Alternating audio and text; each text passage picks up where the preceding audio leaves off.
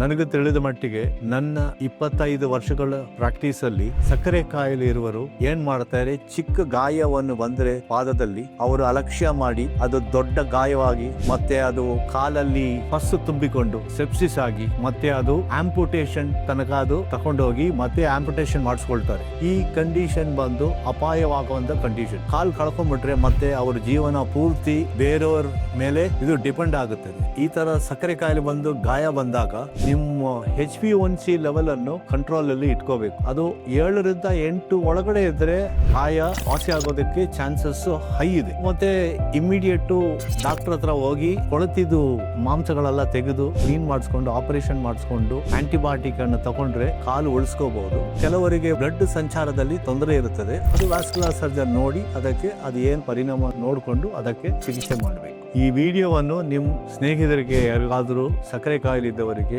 ದಯವಿಟ್ಟು ಶೇರ್ ಮಾಡಿ, ಅವರಿಗೆ ಇದು ಅನುಕೂಲ ಆಗುತ್ತದೆ.